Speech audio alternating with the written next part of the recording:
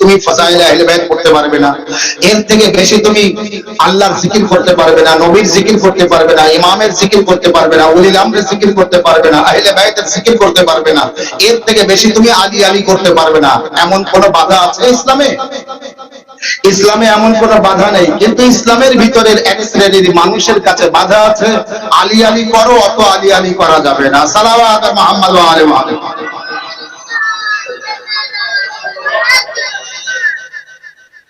আলী আলী করো, কিন্তু অত আলী আলী করা যাবে না। ফাজাইল আহলে বাইত পড়ো, কিন্তু অত ফাজাইল আহলে বাইত পড়া যাবে না। জিকির আহলে বাইত করো, অত করা যাবে না। হুসাইন হুসাইন করো, অত করা যাবে না। বাস সারা রাত যদি পারো তো আল্লাহ আল্লাহ করো, যত পারো আল্লাহ আল্লাহ করো, যত পারো নবী নবী করো, কিন্তু এর পরে আর এগিয়ে যেতে পারবে না। এক শ্রেণীর মানুষের এই ধারণা করতে করতে আহলে বাইতের ফজিলত শুনলে দিল কলেজা জ্বলতে জ্বলতে এমন জায়গায় চলে গিয়েছে, তারা বলতে বাধ্য হয় যে তোমরা সব করো কিন্তু ওর মধ্যে শিরিক করো। শিয়ারা সব করে ভালো, কিন্তু শিরিক করে।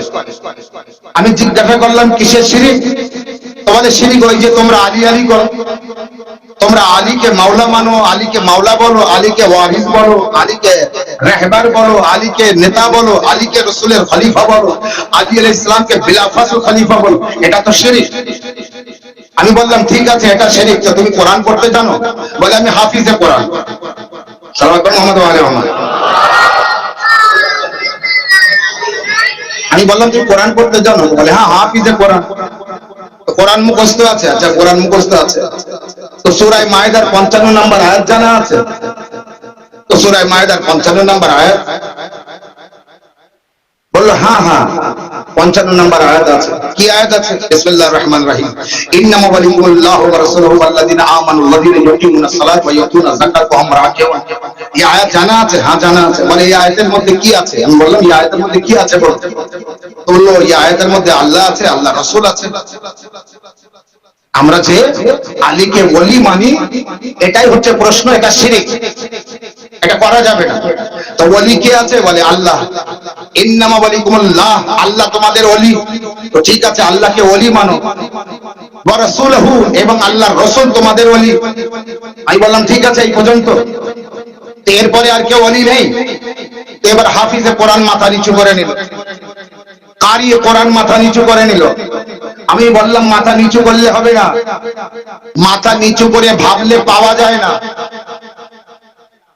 মাথা নিচু করে ভাবতে থাকলে পাওয়া যাবে না। আয়াতের আরো আগের অংশে গিয়ে যাও, তখন সে আয়াতের আগের অংশ পড়তে থাকলো। ওয়াল্লাযীনা আমানুল্লাযীনা ইউকিমুনাস সালাতা ওয়া ইউতুনাজ যাকাতা ওয়া হুম রাকিউন। আল্লাহ ওলি, রাসূল ওলি, এই সাথে সাথে ওই ব্যক্তিও ওলি যে রুকুর হালাতে যাকাত দেয়। আল্লাহ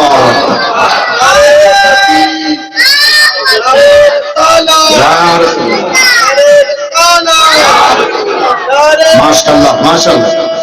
এই হাত তুলে ইয়ালি ইয়ালি ইয়ালি আল্লাহুম্মা সাল্লি আলা মুহাম্মাদ ওয়া আলি মুহাম্মাদ। আমরা যা মানি, যা করি, যাকে মানি, যেভাবেই মানি, কোরআন থেকে মানি, কোরআন থেকে মানি। চিৎকার করে বলো, মাথা উঁচু করে বলো, গর্ব করে বলো, বুক ফুলিয়ে বলো, আলী আমার ওয়ারিস, আলী আমার ওয়ারিস, আলী আমার মাওলা, আলী আমার ওলি। আচ্ছা এটা কোথায় আছে? তো সেই হাফিজে কোরআনকে বললাম বলো এই আয়াতের তরজমা কি? বলছে হ্যাঁ আর ওই ব্যক্তি ওলি যে রুকুর হালাতে যাকাত দিয়েছে। আমি বললাম রুকুর হালাতে যে যাকাত দিয়েছে সে ওলি? বলল হ্যাঁ ওলি। আমি বললাম তাহলে আল্লাহ ওলি? বলল হ্যাঁ। রাসূল ওলি? হ্যাঁ। আর ওই ব্যক্তি ওলি যে রুকুর হালাতে যাকাত দিয়েছে? আমি বললাম তাহলে এই ব্যক্তি কে? হাফিজে কোরআন। আবার মাথা নিচু করে নেয়, আবার চিন্তা করে। আমি বললাম হাফিজে কোরআন মাথা নিচু করে নিলে ওলি খুঁজে পাওয়া যাবে না। মাথা নিচু করলে ওলি খুঁজে পাওয়া যাবে না। ওলিকে খুঁজতে হয় না, ওলি অটোমেটিক আছে, মানতে হয়। ওলি যে আছে সে নিজের জায়গায় আছে, তাকে মানতে হয়। তো কিভাবে? এই অলির তো বিবরণ জানি না, যে অলিকে চিনবো কোথায়, যে অলিকে জানবো কোথায়, যে অলিকে পাবো কোথায়? আল্লাহর নাম আছে, নবীর নাম আছে, লাস্টের যে অলি আল্লাহ অলি, তার নাম হলো আল্লাহ। রসুল অলি তো এখানেও নাম দিয়েছে, লাস্টের অলি যে তার নাম নেই, লাস্টের অলি যে তার নাম নেই, এই নাম নেই বলেই খুঁজে পায়নি। আল্লাহু আকবার। তো লাস্টের অলিকে খুঁজবেন না? তো বললো হ্যাঁ, তার তো বিবরণ আছে। কি বিবরণ? যে রুকুর হালাতে যাকাত দেয়, সেই ব্যক্তি ওলি।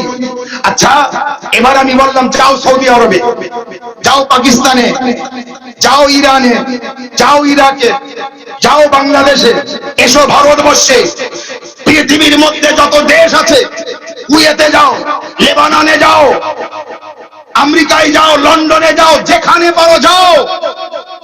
যাওয়ার পরে তুমি খুঁজে এসো কোন ব্যক্তি আছে যে রুকুর হালাতে যাকাত দেয়। খোঁজো, সেই ব্যক্তিকে খুঁজে বার করো যে রুকুর হালাতে যাকাত দেয়। কথা মনে রাখবেন, শিয়ারা শিরক করে। প্রশ্ন কি? কথা কি? শিয়ারা সব ভালো, এরা শিরক করে। আমি জিজ্ঞাসা করলাম কিসের কারণে শিরক করে? বলে এরা আলী আলী করে। এই হচ্ছে শিরক। কিসের? আলী আলী করার কারণে। এরা আলীকে ওয়ারিস মানে। আল্লাহ কোরআন পাকের মধ্যে বলেছে, সূরা নিসার 105 নম্বর আয়াতের মধ্যেও বলেছে, আল্লাহ বলছে আমি জমিনের ওয়ারিস তাকে করে দিচ্ছি যে আমার খালিস বান্দা, যে আমার নেক বান্দা। আমার নেক ও পবিত্র খালিস বান্দা হচ্ছে আমার জমিনের ওয়ারিস। ও হাফিজে কোরআন, খুঁজে এসো আল্লাহর সেই নেক বান্দা কে আছে যে জমিনের ওয়ারিস আছে। হাফিজে কোরআন বলল আমি পেলাম না। আমি বললাম এতটা দেশে খোঁজো, বলল আমি পেলাম না। আমি বললাম যাও সমস্ত লাইব্রেরিতে, যাবার পরে খুঁজে এসো। হাফিজে কোরআন বলল আমি পেলাম না। আমি বলবো হাফিজে কোরআন কোনদিন আহলে বাইতের মাননেওয়ালার লাইব্রেরিতে গিয়েছো?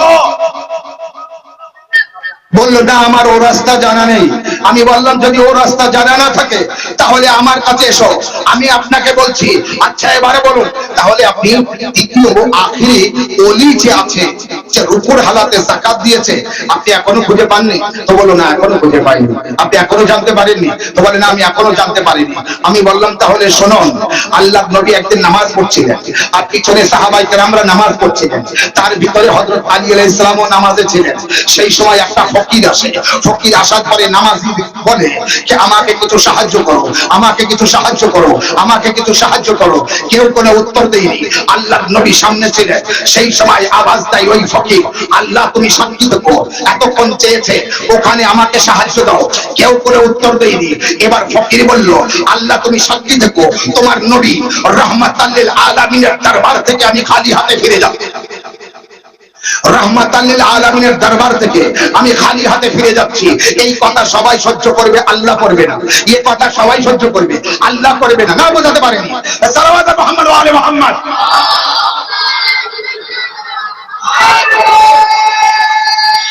দুই হাত তুলে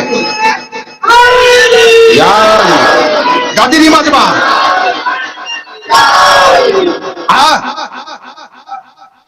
যেই সে ব্যক্তি বলছে যে আল্লাহ তুমি সাক্ষী থাকো, তোমার নবীর দরবার থেকে আমি খালি হাতে ফিরে যাচ্ছি। আচ্ছা আল্লাহকে বলেছে, তো আল্লাহ ওই ব্যক্তির সাথে কথা বলবে? আল্লাহ আসবে ওকে সাহায্য করতে? আল্লাহ রাসূল, আল্লাহ পৃথিবীর মধ্যে সব থেকে যাকে বেশি ভালোবাসেন কে? তিনি আমাদের প্রিয় নবী। সেই নবীর এত পাথর মেরেছে, এত পাথর মেরেছে উহুদের যুদ্ধে, একটা পাথর নবীর মুখে এসে লেগেছে, লাগার পরে দাঁত ভেঙে গিয়েছে, শহীদ হয়েছে। হয়েছে না হয়নি? আল্লাহ এসেছিল সাহায্য করতে। তো এখানে ওই ব্যক্তি যে আল্লাহকে বলছে আল্লাহ তুমি সাক্ষী থেকো, আল্লাহকে তো সাক্ষী বানিয়েছে, আল্লাহ সাক্ষী হয়ে গিয়েছে। তাহলে ওই ব্যক্তিটা রাসূলুল্লাহকে কাঠগড়ায় দাঁড় করিয়ে গেল। আল্লাহ সহ্য হয়? আল্লাহ সহ্য হবে না, আল্লাহ সহ্য হবে না, আর এক ব্যক্তি সহ্য হবে না। যে ব্যক্তি ওলি, সেই ব্যক্তি সহ্য হবে না। সেই ব্যক্তি ইতিহাসে লেখা আছে জল জল করছে ওখানে শেরে খোদা হযরতে আলী, মাওলা আলী, সবাই রুকুতে ছিলেন। রুকু রুকু, মাওলা আলীও রুকুতে ছিলেন। মাওলা আলী আলাইহিস সালামের হাতে আংটি ছিল, আংটিটা সেই ব্যক্তির দিকে ইশারা করে হাতটা সরিয়ে দিলেন, আংটিটা খুলে দিলেন, সেই ব্যক্তি এসে আংটি নিয়ে গেল। আমি বলবো মাওলা, আমি বলবো ইয়া রাসূলুল্লাহ, আমি বলবো ও হাফিজে কোরআন, ও কারিয়ে কোরআন, শোনো আমার আল্লাহ কি বলছে, শোনো আমার নবী কি বলছে। এই ব্যক্তি যতক্ষণ পর্যন্ত মসজিদের লোকদের সাথে বলেছে ততক্ষণ পর্যন্ত আলী উত্তর দেননি। যেই নাকি আল্লাহকে জানিয়েছে তখন আলী উত্তর দিয়েছে। কারণ কি? কারণ এতক্ষণ মামলা ছিল, এতক্ষণ পর্যন্ত পরিস্থিতি এই পর্যন্ত ছিল, দেখি কে উত্তর দেয়। ৩৯ দিন পর্যন্ত মাওলা আলী যুদ্ধের ময়দানে যাননি।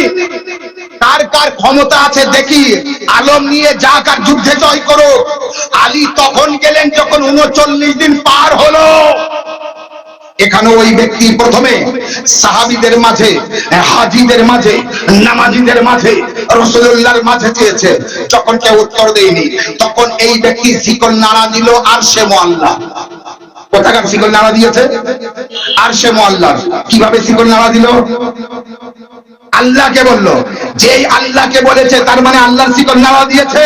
আর ওদিকে আরশে মুআল্লা, আল্লাহর শিকল নাড়া দিয়েছে, জমিনে আলী উত্তর দিয়েছে।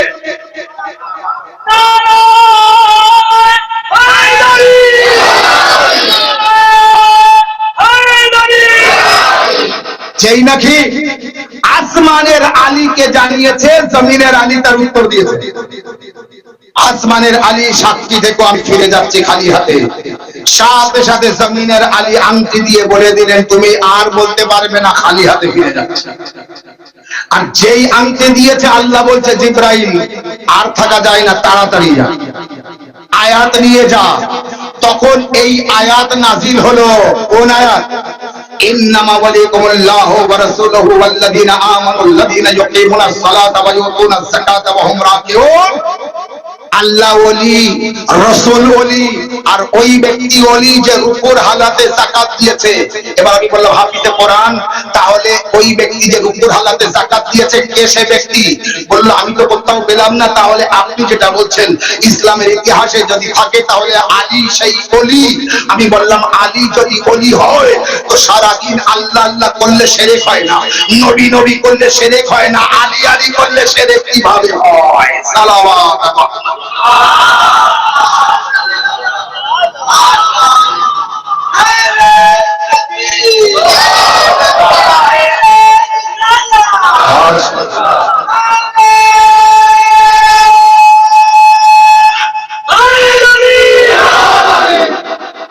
আলী আলী ওয়ারিস আছে এই জমিনে। আলী আলাইহিস সালামের নাম রাসূলুল্লাহ দিয়ে গিয়েছিলেন একটি উপাধি, তার না, সেটি হলো আবু তোরাব। কি? আর অন্যান্য আবু নিয়ে নাম তো জানেন, নামের মানে করলাম না। আর ইয়ে আবু শুনেছেন মাওলার নাম আবু তোরাব। তোরাব কাকে বলে? মাটিকে তোরাব বলে। আবু বাপ, আলী হলো আবু তোরাব অর্থাৎ মাটির বাপ। নারে হায়দারি, আলী হলো মাটির বাপ। এই মাটির উপর যে থাকবে বাপের সাথে বেঈমানি করে চলতে পারবে না, ওয়ারিসের সাথে বেঈমানি করতে পারবে না। তো আলী ওয়ারিস আছে, আলী মাওলা আছে, এই জন্য আলী আলী আছে। হিজরতের যে আয়াত পড়েছি, তো আল্লাহ যত ক্ষমতা ও পাওয়ার নিজের মধ্যে রেখেছে, নবীকে দিয়েছে আর মাওলা আলীকে দিয়েছে। দেখুন যেখানে আল্লাহ নিজের পরে নিজের জায়গা নিজের পাশে রাসূলুল্লাহকে রেখেছে, সেখানে সেখানে রাসূলুল্লাহর পাশে মাওলা আলীকে রেখেছে। এর পরে আর কোনোদিন যেন বলবেন না শিয়াদের কলেমা বেশি, শিয়াদের কলেমা বেশি না। আল্লাহকে জিজ্ঞাসা করো, আল্লাহ তোমার আর নবীর পর্যন্ত থেমে থাকা দরকার ছিল, ইয়ে আলীর জিকির কেন করলে? তো আল্লাহ বলছে আলীর জিকির যদি না করতাম তো তোমরা আমার পরিচয় পেতে না। আমার পরিচয় তোমাদের মাঝে যদি দেয় তো আলী দিয়েছে, আমাকে সাহায্য যদি কেউ করে থাকে তো আলী করেছে, আমাকে মদত যদি কেউ করে থাকে তো আলী করেছে।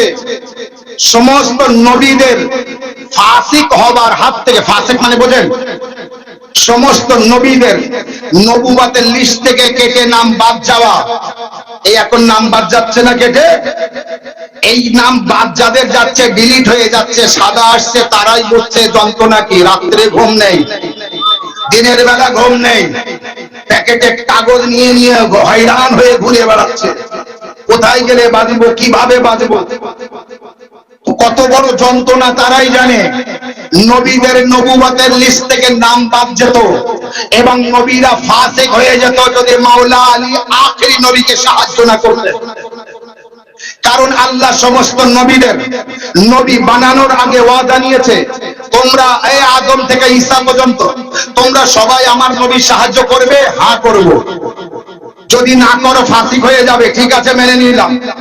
ওহদের যুদ্ধে বলুন, বদরে বলুন, খাইবারে বলুন, খান্দকে বলুন, নবীকে সাহায্য করতে আদম থেকে ঈসা পর্যন্ত কোন নবী এসেছিল?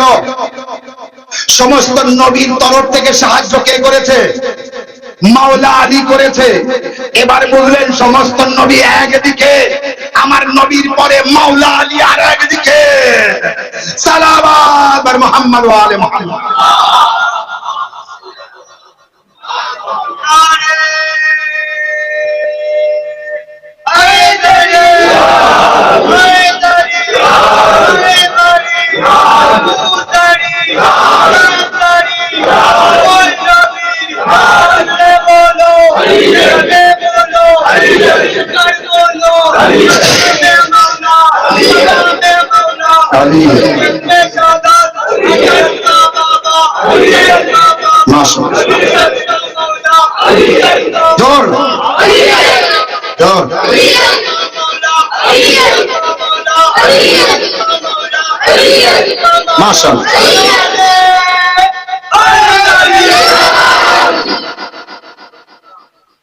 আলী মাওলা, আলী ওয়ারিস, আলী ওলি, যে রুকুর হালাতে যাকাত দিয়েছে। আচ্ছা, যাকাতে কি দিয়েছেন? আংটি দিয়েছেন। জানেন এই আংটির মূল্য কত? কাকে দিয়েছেন আংটি? ফকিরকে দিয়েছেন। এই আংটির মূল্য কত? সুলাইমান নবীর ইতিহাস পড়বেন। সুলাইমান নবী হাওয়ায় উড়ে উড়ে বেড়াতেন। সুলাইমান নবী হাওয়ায় উড়ে উড়ে বেড়াতেন। সুলাইমান নবী নদীর উপর দিয়ে মানে হাওয়ায় উড়ে চলে যেতেন, এক রাজ্য থেকে আরেক রাজ্য, এক দেশ থেকে আরেক দেশ, এদিক থেকে ওদিক। জিনদের যখন যা বলতেন তাই শুনতে হতো, মানুষদের যা বলতেন শুনতে হতো, পশু পাখিদের যা বলতেন তাই শুনতে হতো, হাওয়া বাতাস জোয়ার ভাটা যাকে যা বলবে তাই শুনতে হবে। অন্যান্য নবীদের তুলনায় সুলাইমান নবীর ক্ষমতা বেশি ছিল। ইতিহাস বলছে সুলাইমান নবীর ক্ষমতা থাকার কারণ সুলাইমান নবীর হাতে একটি আংটি ছিল। সুলাইমান নবীর হাতে একটি আংটি ছিল। ইতিহাসে জলজল করছে, ওই আংটিতে লেখা ছিল আলী। ওই আংটিতে কি লেখা ছিল? আলী লেখা ছিল। তার মানে বোঝা গেল সুলাইমান নবী এত যে ক্ষমতা দেখিয়েছেন কিসের বলে? আলীর বলে। সেই আলী লেখা আংটি সুলাইমান নবীর হাতে ছিল। সেই আংটি ঘুরে আসতে আসতে মাওলা আলীর হাতে। মাওলা আলী রুকুর হালাতে সেই আংটি ফকিরকে দান করে। সেই আংটি ফকিরকে দান করে। আংটি যখন যাকাত দেবেন, 40 ভাগের 1 ভাগ, 39তম ভাগ ওই আংটি। না বোঝাতে পারিনি? যখন আপনার 40 ভাগের 1 ভাগ আপনি দেবেন যাকাত, আংটির যাকাত, যাকাতের কিন্তু বিবরণ সব আলাদা আছে। তো 40-এর 1 ভাগ, তো 39তম মানে 39-এর পরে যে ভাগটা, সেইটাই হচ্ছে ওই আংটি। তাহলে ওই আংটির এত ক্ষমতা, সারা দেশে সুলাইমান নবী রাজত্ব করেছে, বাকি 39 এখনো মাওলার কাছে। তাহলে মাওলার রাজত্ব কত বড়!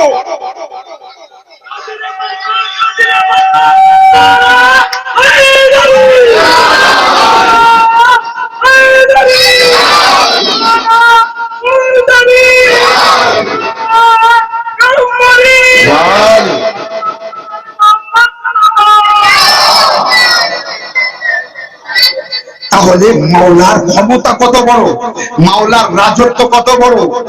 কেউ একজন জিজ্ঞাসা করেছিলেন মাওলা আলাইহিস ইসলামের কাছে, মাওলা সুলাইমান পয়গম্বরের তো এই রাজত্ব ছিল, আপনার কত বড়? তো তিনি তখন বলেছিলেন সুলাইমান পয়গম্বরের রাজত্ব এই, আর যার বিনিময় করতেন চালাতেন এই ক্ষমতা, সেই পাওয়ারটা ছিল আংটির বিনিময়, যে আংটিটা আমি ফকিরকে সাদকা স্বরূপ দিয়েছিলাম, যাকাত স্বরূপ। তাহলে এবার ভাবো সুলাইমান নবীর হুকুমত রাজত্ব কত দূর ছিল আর আমার রাজত্ব কত দূর। তোমার মাথায় আসবে? বলে না মাওলা। মাওলা বললেন তাহলে শোনো না, ও মাথার জায়গায় থাকবে না। সালাওয়াত মুহাম্মদ ওয়া আলে মুহাম্মদ।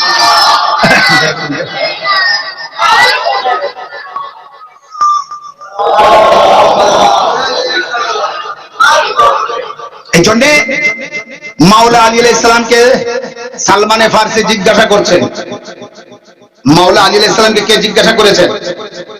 এই জন্য আগে একটা বলে নেই, আলী আলাইহিস সালামের কিছু কিছু ফজিলা, শুধু কিছু না, আলী নিজেই, আলীর ফজিলাত আছে, মাওলা আলী নিজেই কারোর মাথায় আসার জন্য না, কারোর বোঝার জন্য না, কেউ বুঝতে পারবে না। এই জন্য অনেক কিছু ফজিলাত ও ইতিহাস আছে, সবার জন্য না। সে যদি বোঝে তো বোঝার জন্য হয় তাকে সালমান হতে হবে, আবুজার হতে হবে, মেঘদাদ হতে হবে, কাম্বার হতে হবে, বুজার হতে হবে, আমিজানে তাম্মার হতে হবে, সালমানে ফারসি হতে হবে, তাহলে বুঝতে পারবে, নতুবা বুঝতে পারবে না। সালাওয়াত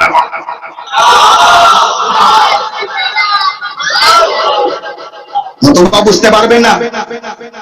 তো মাওলা আলী আলাইহিস সালামকে সালমানে ফারসি জিজ্ঞাসা করছে, মাওলা আপনার ফজিলত তো সব জানি, আপনার কত ফজিলত, আপনি তো সব জায়গায়, কোরআন খুললে আপনি, যুদ্ধের বিবরণ পড়লে আপনি, ঘরে আপনি, বাইরে আপনি, ময়দানে আপনি, মসজিদে আপনি, মেহরাবে আপনি, যেখানে দেখি আপনি, নবীর কাঁধে আপনি, সব জায়গায় আপনি। মাওলা এর মধ্যে আপনার এমন কোন ফজিলত আছে যে মানুষ যেমন অহংকার করে না, ঘুরঘুর করে, ঘামান্ডি করে, তো আপনার এমন কোন ফজিলত আছে যে আপনার পছন্দের মতো খুব ভালো ফজিলত? মাওলা আলী আলাইহিস সালাম বললেন কে সালমান, আমার একটা ফজিলত দেখাও যে ফজিলত না, আমার একটা কেরামতি দেখাও যে কেরামতি না, যেটা ভালো না, যেটা ফজিলত নেই। কিন্তু সালমান শুনতে যখন চেয়েছো তো শোনো, আল্লাহ আমাকে এমন 4টি ফজিলত দিয়েছে, আদম থেকে ঈসা পর্যন্ত কোন নবী পায়নি, কারো নসিব হয়নি, কেউ খুঁজে পায়নি। আর এত সুন্দর ফজিলত কেন জানো সালমান? এত ভালো ফজিলত কেন জানো সালমান? শুনবেন কেন? বলছে সালমান শুনবে? বলছে হ্যাঁ মাওলা। বলছে সালমান ये ফজিলত দেনে वाला সুন্দর, তাই ফজিলত সুন্দর। ফজিলত দেনে वाला সুন্দর, তাই ফজিলত সুন্দর। সালমানে ফারসির মাথায় কাজ করছে না সেই 4টে ফজিলত শুনবে। বলে মাওলা সেই 4টে ফজিলত? মাওলাই কায়নাত বলেন দেখো, না আদম পেয়েছে, না নূহ, না মুসা, না ঈসা, না ইসহাক, না ইয়াকুব, না সালেহ, না হুদ, না কোন নবী পেয়েছে এমন 4টে ফজিলত যা আল্লাহ আমাকে দিয়েছে, আর কারো দেয়নি। সালমান সেই 4টে ফজিলতের মধ্যে প্রথম ফজিলত, আল্লাহ তার পবিত্র কাবা ঘরে আমার জন্মগ্রহণ করার সুযোগ করে দিয়েছে। নারে হায়দারি, আল্লাহু আকবার, মাশাআল্লাহ মাশাআল্লাহ।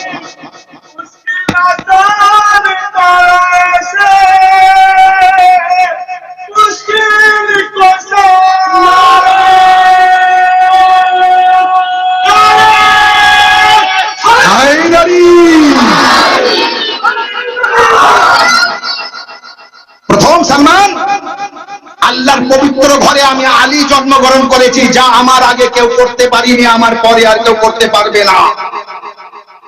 আল্লাহ এই ফজিলত যে আমাকে দিয়েছে, আল্লাহর ঘরে জন্মগ্রহণ করা, এর থেকে বড় ফজিলত কি হবে?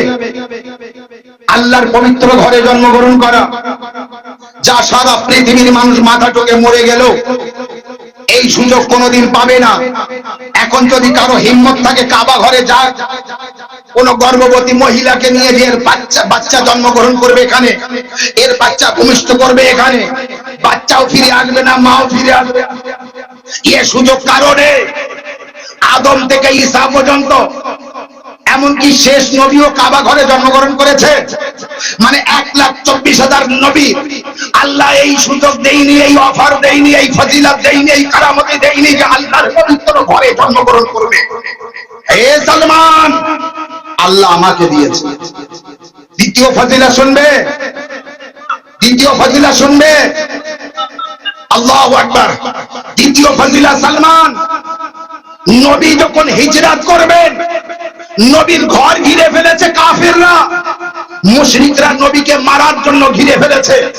40টি খানদানের 40টি চকচকে তলোয়ার, 40টি লিডার 40টি তলোয়ার নিয়ে যখন নবীর ঘর ঘিরে ফেলে নবীকে মারার জন্য, ওই সময় আল্লাহ বলে, হে জিবরাইল, হে মিকাইল, হে ইসরাফিল, হে আজরাইল, হে ফেরেশতারা, আমার নবীকে মারতে এসেছে, তোমরা কে পারবে যাও।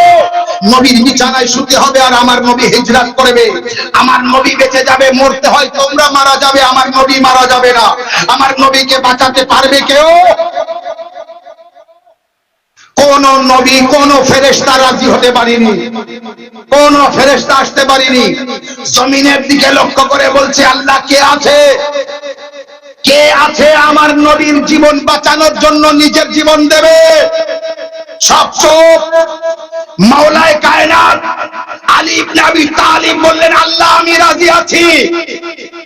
আল্লাহ তখন বলছে যে আমার নবীর জীবন বাঁচাতে যে জীবন দেবে সে যা চাবে তাই দেব, সে যা চাবে তাই দেব। সে কি দেবে? যা চাবে তাই দেব তাকে আমি। বলো আলী তুমি কি চাও? আমার নবীর বিছানায় শুয়ে নবীকে বাঁচাতে হবে, নবী হিজরত করবে, আলী তুমি কি চাও? আলী বলছে আমি কি আর চাবো, তুমি যেটা দেবে, তোমার মর্জি যেটা সেটাই। আবার আল্লাহ বলছে এটা না, তুমি বলো কি চাও। বলছে তোমার যেটা মর্জি। আলী তুমি ভালোভাবে বলো, আমি ঠাট্টা করছি না, বলো কি চাও। আলী বলছে আল্লাহ তোমার মর্জি। আল্লাহ বলছে আলী যখন এতই আমার মর্জি তোমার চাওয়ার প্রয়োজন, চাওয়াও পাওয়ার আছে, তো যাও, আমি আল্লাহ আমার যে ইচ্ছা, আমার যে মর্জি আমি তোমাকে দিয়ে দিলাম।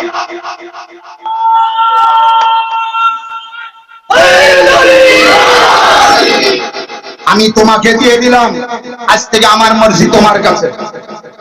এবার যে যে আমাকে রাজি করতে চাবে সে যেন তোমাকে রাজি করে। আলী তুমি রাজি তো আমি আল্লাহ রাজি, তুমি রাজি না তো আমি আল্লাহ রাজি না। সালাওয়াত মুহাম্মদ ওয়া আলিহি।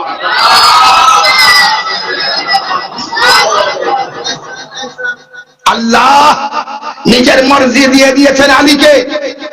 মাওলা আলী নিজে মর্জি নিয়ে রেখেছে।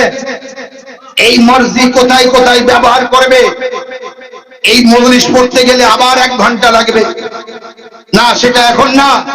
বাস এতটুকু, আল্লাহ নিজের মর্জি দিয়ে দিয়েছে, আলী আল্লাহর মর্জি কিনে নিয়েছে, নিজের নাফস বিক্রি করে দিয়েছে। রাসূলুল্লাহ হিজরত করে চলে গেলেন, ঘটনা সব এই পর্যন্ত ঠিক, কিন্তু আল্লাহর মর্জি কার কাছে? আল্লাহর মর্জি কার কাছে? আল্লাহর ইচ্ছে কার কাছে? আলীর কাছে। এখন আর আল্লাহ নিজের কাছে ইচ্ছা রাখেনি। আল্লাহ যখন আমার ও আপনার নবীকে দুনিয়ায় পাঠিয়েছে, জান্নাত, জাহান্নাম, হাউজে কাউসার, জান্নাতের বাদশাহী সব নবীকে দিয়ে পাঠিয়েছে। নবী এসে কি করলেন? নিজের কাছে কিছুই রাখেন। আলীকে দিলেন, ফাতেমাকে দিলেন, হাসানকে দিলেন, হুসাইনকে দিলেন, নিজের কাছে কিছু রেখেছে? জান্নাতের বন্টন, জান্নাত জাহান্নামের বন্টনকারী আলী তুমি, মেয়েদের জান্নাতের সরদারনি ফাতেমা তুমি, ছেলেদের যুবকদের বাদশা হাসান হোসেন তোমরা। নবী রেখেছে নিজের কাছে কিছু? আল্লাহ নিজের মর্জি নিজের কাছে রাখেনি, নবী নিজে এসব কিছু নিজের কাছে রাখেনি। সালাওয়াত মুহাম্মদ।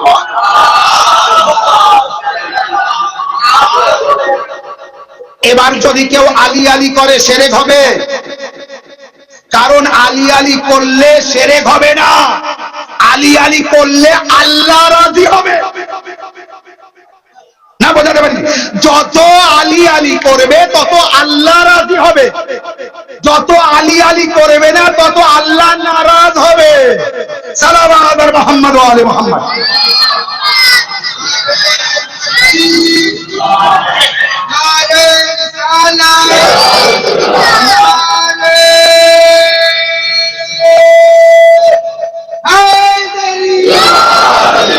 তাহলে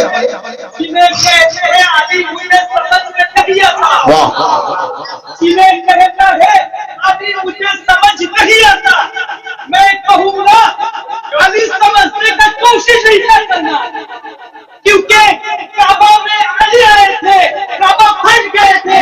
अगर तुम्हारा दिमाग में अली आ जाएगा तो तुम्हारा दिमाग फट जाएगा।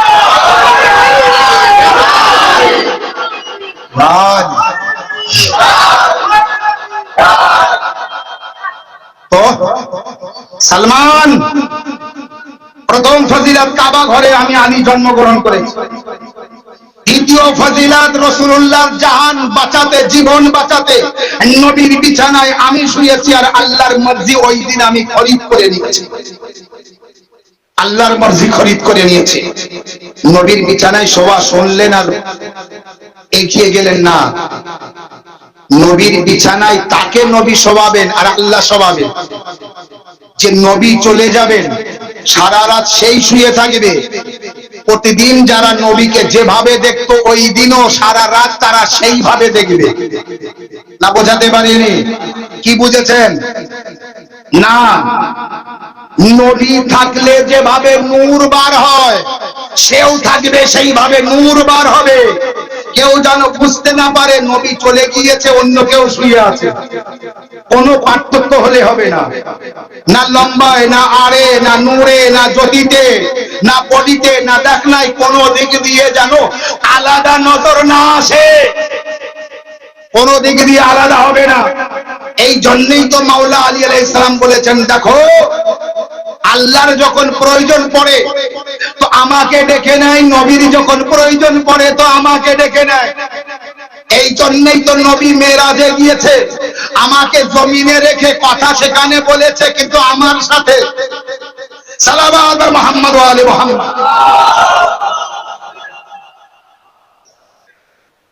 খবরদার, এই যে বলেছেন আলীকে মানো কিন্তু জানার চেষ্টা করো না, জানার চেষ্টা করবে না, বাস মানতে হবে।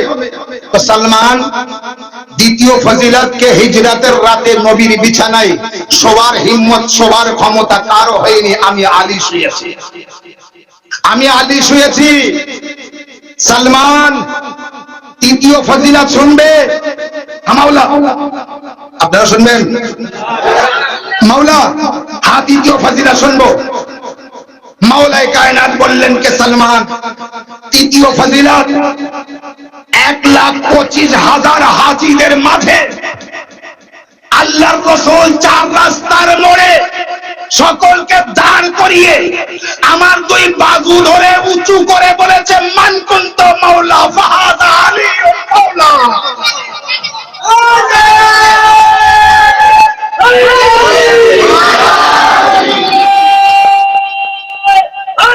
মাশাআল্লাহ, এই হচ্ছে মজলিস, এই হচ্ছে গাদির মাজমা।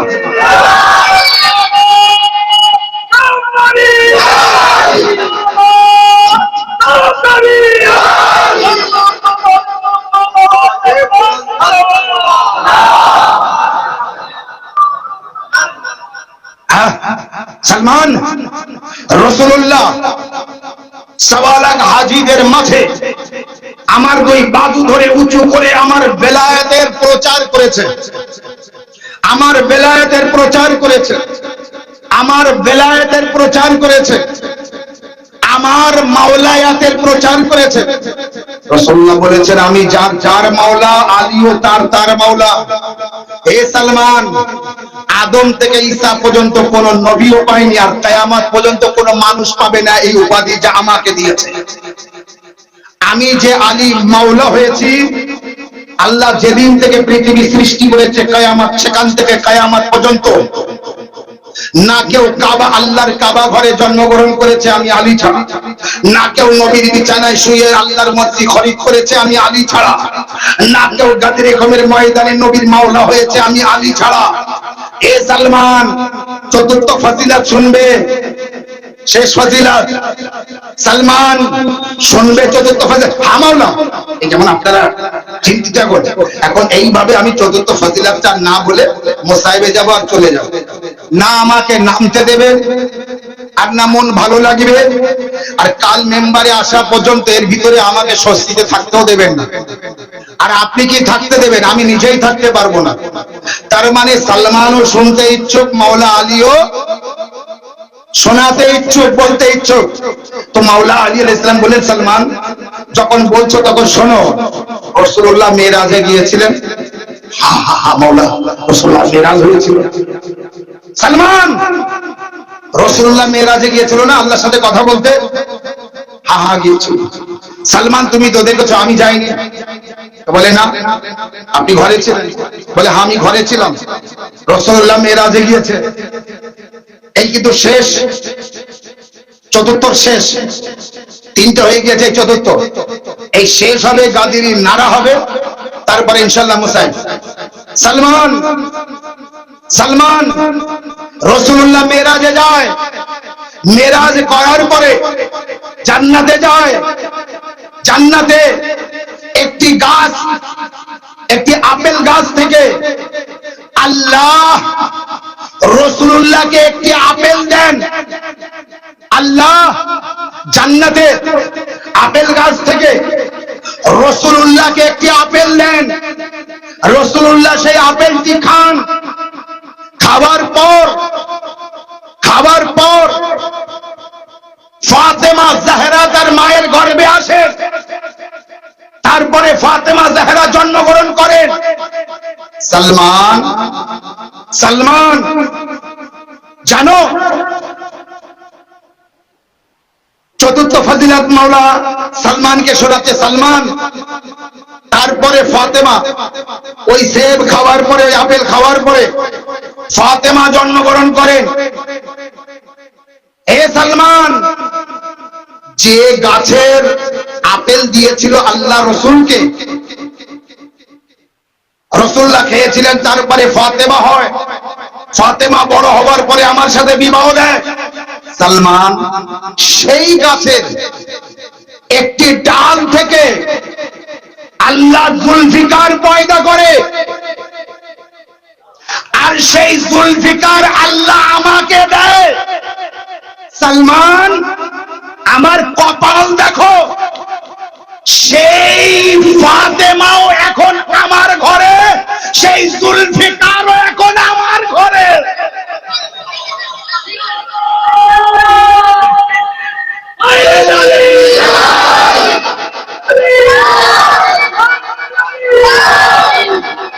মাশাআল্লাহ,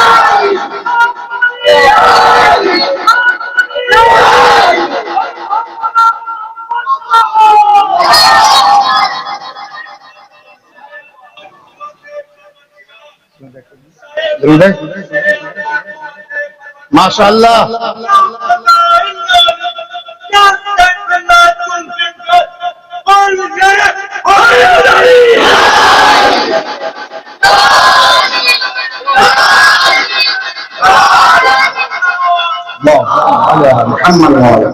সালমান, এই চারটে ফজিলত দুনিয়া যেদিন থেকে সৃষ্টি হয়েছে সেখান থেকে কিয়ামত পর্যন্ত আলী ছাড়া আগে না কেউ পেয়েছে, পরে আর না কেউ।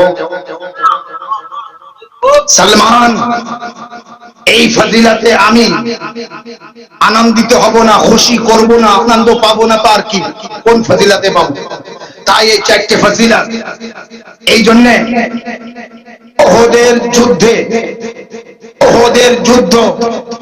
ওহদের যুদ্ধ থেকে মাওলা আলী আলাইহিস সালাম যখন ঘরে ফিরে এসেছিলেন, ফাতেমা জাহরাকে তলোয়ার দিতে যাচ্ছিলেন ধোয়ার জন্য।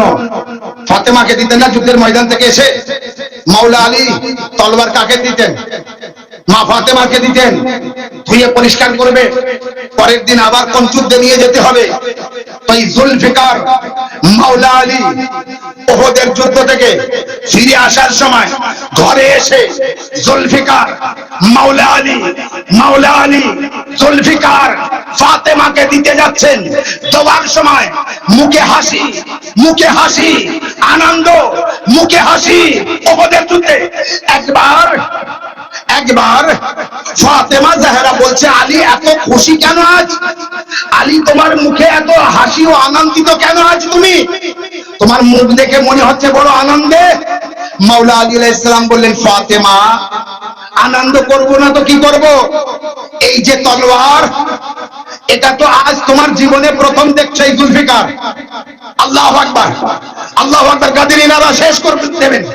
এ ফাতেমা আজ তোমার জীবনের প্রথম দেখছো এই জুলফিকার। কারণ আজই নাজিল হয়েছে। সাল্লাল্লাহু আলাইহি মুহাম্মদ। আজই নাজিল হয়েছে, এর আগে কোনোদিন দেখোনি। সেই জুলফিকার নিয়ে আসছি। আরে বাবা, এ যেমন তেমন তলোয়ার না, জুলফিকার। এ যেমন তেমন জুলফিকার না। কোথা থেকে এসেছে? কোন গাছের ডাল? মনে রাখবেন, সেই একই গাছে যাতে লেখা আছে লা ফাতা ইল্লা আলী লা সাইফ ইল্লা জুলফিকার। লা ফাতা ইল্লা আলী লা সাইফ ইল্লা জুলফিকার। আলী আলাইহিস সালাম বলছে, ফাতেমা আজ তোমার জীবনের প্রথম দেখছো। দেখো জুলফিকারটা কত সুন্দর। এ ফাতেমা, এই জন্য আমি হাসছি, তুমি আজ জীবনের প্রথম দেখছো, কারণ আজই নাজিল হয়েছে যুদ্ধের ময়দানে, তাই তোমাকে নিয়ে আসছি। ফাতেমা জাহরা উত্তর দিলেন, আলী এটা বলো না কি আজ প্রথম দেখছি, এইটাই বলো অনেকদিন পরে দেখছি।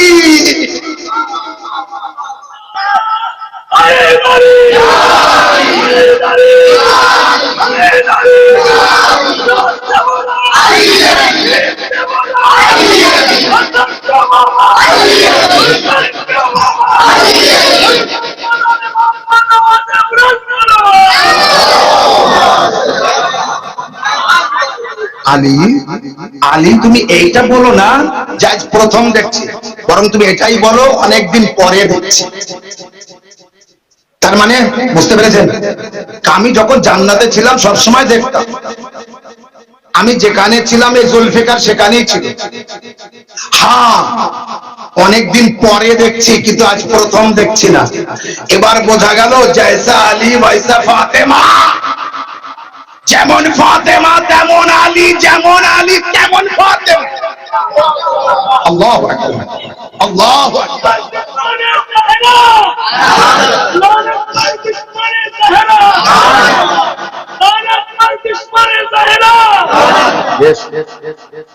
মোহাম্মদ ওয়া আলি মুহাম্মদ সালাওয়াত। এই ফাতেমা বুঝিয়ে দিলেন তিনি কোথা থেকে এসেছেন, তার পাওয়ার কি, তার ক্ষমতা কি। আলী তুমি এটা বলো না আজ প্রথম দেখছি, তুমি এইটাই বলো অনেকদিন পরে দেখছি। অনেকদিন পরে দেখছি। বলুন এবার ফাতেমা জাহরাকে কি ভেবেছেন? কেন ফাতেমা ফাতেমা, কেন আলী আলী করি? এই জমিনের উপরে আলী আলী যত করবেন আল্লাহকে তত রাজি করাতে পারবেন। যত আলী ওয়ারিস বলবে, বলে না আলী ওয়ারিস না, আল্লাহ ওয়ারিস, আল্লাহ ওয়ারিস। আরে জমিনের উপরে আল্লাহ নিজের সবকিছু আলীকে দিয়ে দিয়েছে। এবার আপনাকে আমি কালকের মজলিসে বোঝাতে পারবো, কাল থেকে যেহেতু দুটো করে মজলিস, এই জন্য কালকের বেশি সময় নিতে পারবো। এখানে একবার, ওখানে প্রথমে ওখানে, তারপরে এখানে, কম কম সময়ের ভিতরে দুটো করে মজলিস করছি। এই কারণে নিশ্চয়ই আমি বোঝাতে পারবো। সবার জন্য সব থাকতে পারে, হতে পারে, আলীর জন্য না, আলী আলাদা। এই জন্য মর্জি পরওয়ারদিগার কার কাছে? আলীর কাছে। অতএব আল্লাহকে জানতে, বুঝতে, রাজি করতে আপনাকে কোথায় যেতে হবে? আলীর কাছে যেতে হবে। আলী ছাড়া আপনি পথে গিয়ে যেতে পারবেন না। রাসূলুল্লাহর সব কিছু প্রথম থেকে শেষ পর্যন্ত যিনি সাহায্য করেছেন তিনি মাওলা আলী। রাসূলুল্লাহ চোখ বন্ধ করা পর্যন্ত যিনি সাহায্য করেছেন মাওলা আলী, ইসলামের সমস্ত সহযোগিতা করেছেন মাওলা আলী। যেমন বাপ আবু তালিব করেছেন তেমন ছেলে আলী করেছেন। ইসলামের সাহায্য যত আলী করেছে তত তার ছেলে হাসানও করেছে, তত তার ছেলে হুসাইনও করেছে, বাকি ইমামরাও করেছে। কারবালা কি জন্য? ইসলামের জন্য, ইসলামকে বাঁচানোর জন্য। হোসাইন নিজের জন্য কারবালা করেননি, নানার দ্বীনকে বাঁচানোর জন্য কারবালায় গিয়েছিলেন এবং নানার দ্বীনকে বাঁচানোর জন্য হোসাইন ইবনে আলীকে 72 জন সহ শহীদ হতে দিয়েছেন। আহলে হারাম তানার ঘরে বাচ্চা বড় ছোট বড় নারী ও সকলকে বন্দী হতে হয়েছে, কয়েদি হতে হয়েছে, এ শুধুমাত্র নানার দ্বীনকে বাঁচানোর জন্য, রাসূলুল্লাহর দ্বীন ও শরীয়তকে বাঁচানোর জন্য। সেই দ্বীন ও শরীয়তকে বাঁচাতে যেমন ভাবে রাসূলুল্লাহকে সাহায্য মাওলা আলী করেছেন, মা ফাতেমা জাহরা করেছেন, ইমামে হাসানে মুশতাবা করেছেন, ইমামে হোসেনে শহীদে কারবালা আজালানে হোসেন। কিন্তু ইসলামের এই সমস্ত কিছু রাসূলুল্লাহ যা নিজের খানদানের ভিতরে রেখেছেন, আলী ফাতেমা হাসান হুসাইনকে দিয়েছেন। এক শ্রেণীর মানুষ ইসলাম গ্রহণ করেছিল, এই সমস্ত কিছু পাওয়ার জন্য যখন পায়নি তখন মাওলা আলীর সাথে দুশমনি করেছে, মাওলা হাসানের সাথে দুশমনি করেছে, মাওলা হুসাইনের সাথে দুশমনি করেছে, মা জাহরার গায়ে আগুন দিয়েছে। ইমামে হাসান আলাইহিস সালামকে বিষ দিয়েছে, ইমামে হাসান আলাইহিস সালামকে শহীদ করেছে কারা? এই সমস্ত ব্যক্তিরা যারা কিছু পাওয়ার জন্য এসেছিল আর পায়নি। ইমাম হাসান আলাইহিস সালামকে 7 বার বিষ পাঠিয়েছে হাসানকে মারার জন্য, আগে 6 বার পাঠিয়েছে, পারেনি। ইমাম হাসান আলাইহিস সালামের ইমামতকে, আলী আলাইহিস সালামের ইমামত, হাসান আলাইহিস সালামের ইমামত, আলী আলাইহিস সালামের কেরামতে, হাসান আলাইহিস সালামের কেরামতে যে সহ্য করতে পারেনি, শামে থাকতো, শামের ফকির, সেই ব্যক্তি বারে বারে বিষ পাঠিয়েছে। এক ব্যক্তিকে বলছে তুমি যাবি বিষ নিয়ে, এমন ভাবে একটি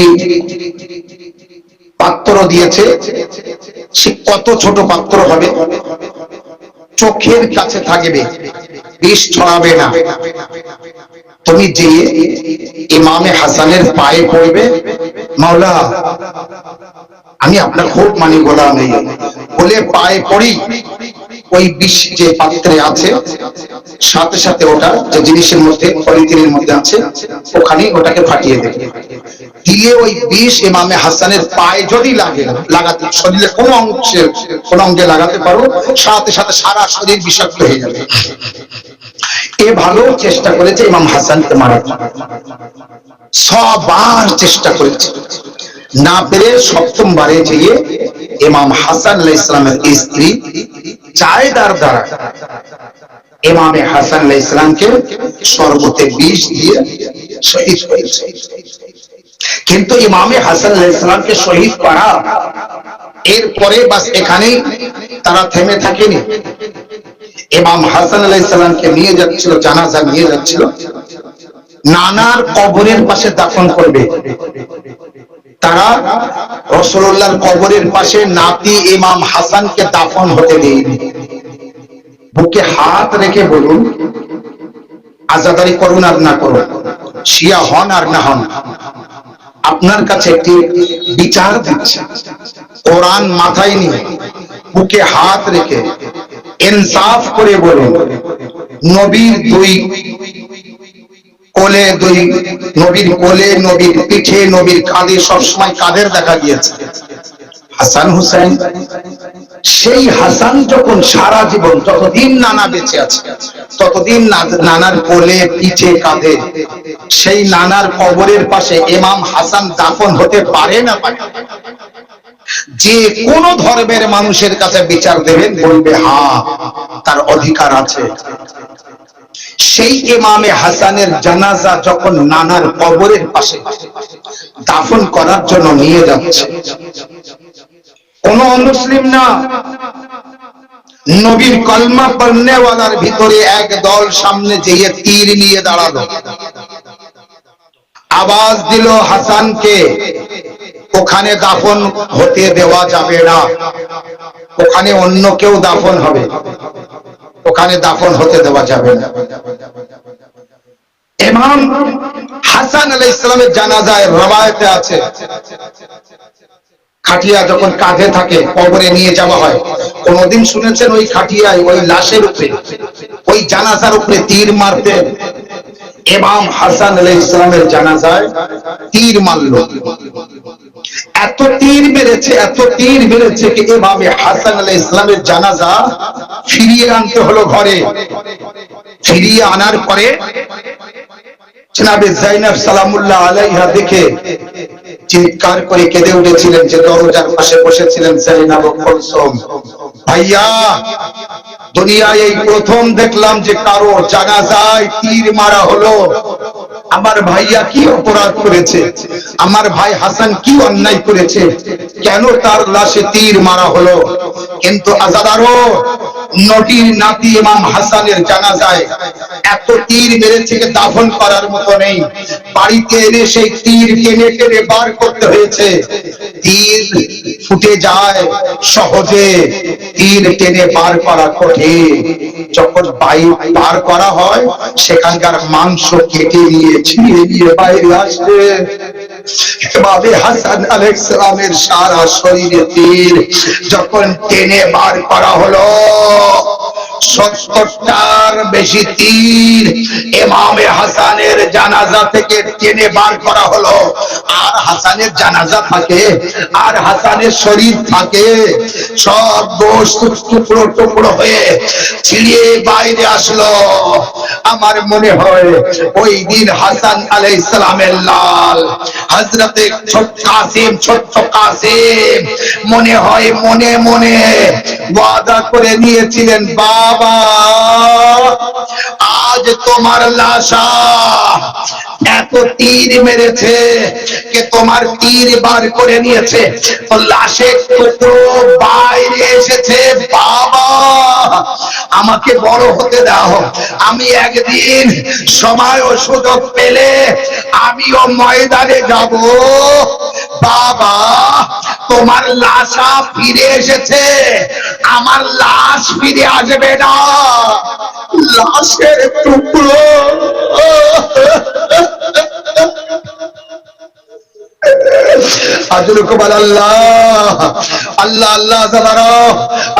খুব কষ্টের মধ্যে পড়ে ফেলেছি, জানি না কে আর কারা বুঝতে পেরেছে।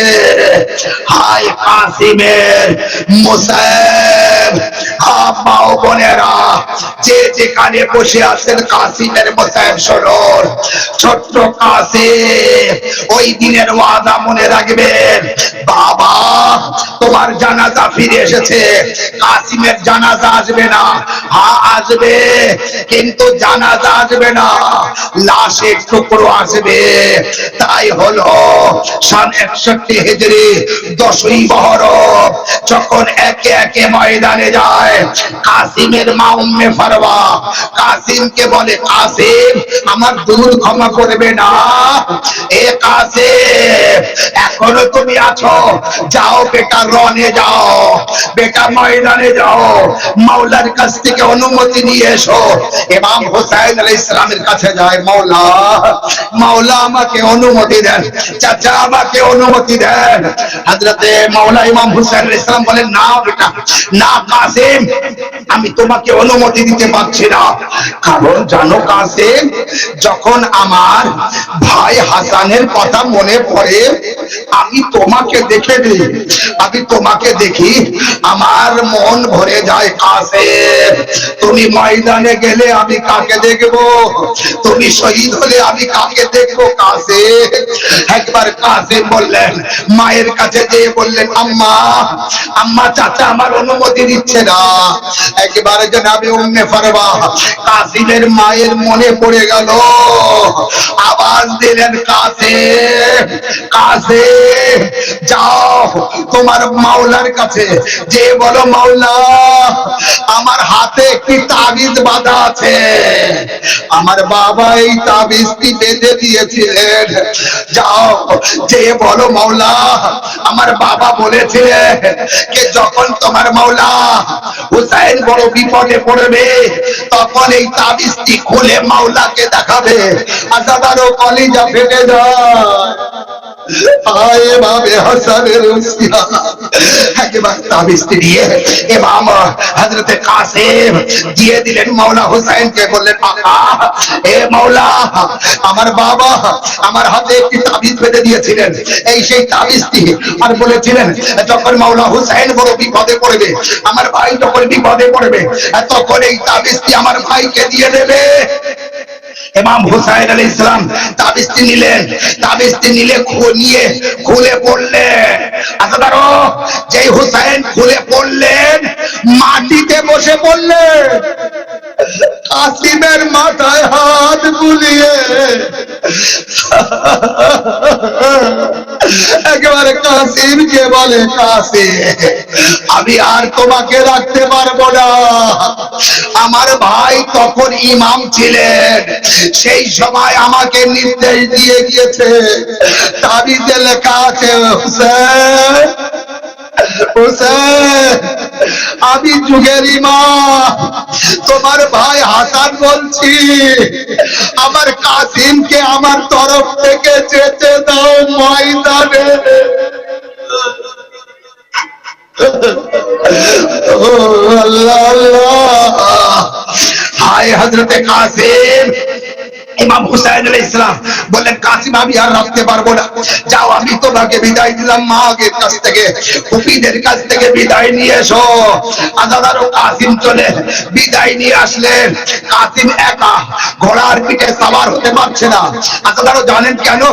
এত ছোট্ট কাসিম একা সওয়ার হতে পারছে না। হুসাইন মাওলা হুসাইন কাসিমকে ধরে ঘোড়ার পিঠে সওয়ার করিয়ে দিলেন, যাও কাসিম খোদা হাফেজ। ইমামে হাসান আয় হাসানের লাশ চলে গেলেন ময়দানে, কাসিম ময়দানে চলে গেলেন। হুসাইন বলেন কাসিম আমি যেন দেখতে পাই, আমি যেন শুনতে পাই। এক সময় হুসাইন দেখছিলেন, এক সময় হুসাইন আলাইহিস সালামের কানে আওয়াজ আসে চাচা চাচা আমাকে সবাই ঘিরে ফেলেছে, আমাকে তীর ও তলোয়ার মারছে, ও চাচা আমি আর থাকতে পারছি না, চাচা আমাকে সাহায্য করো।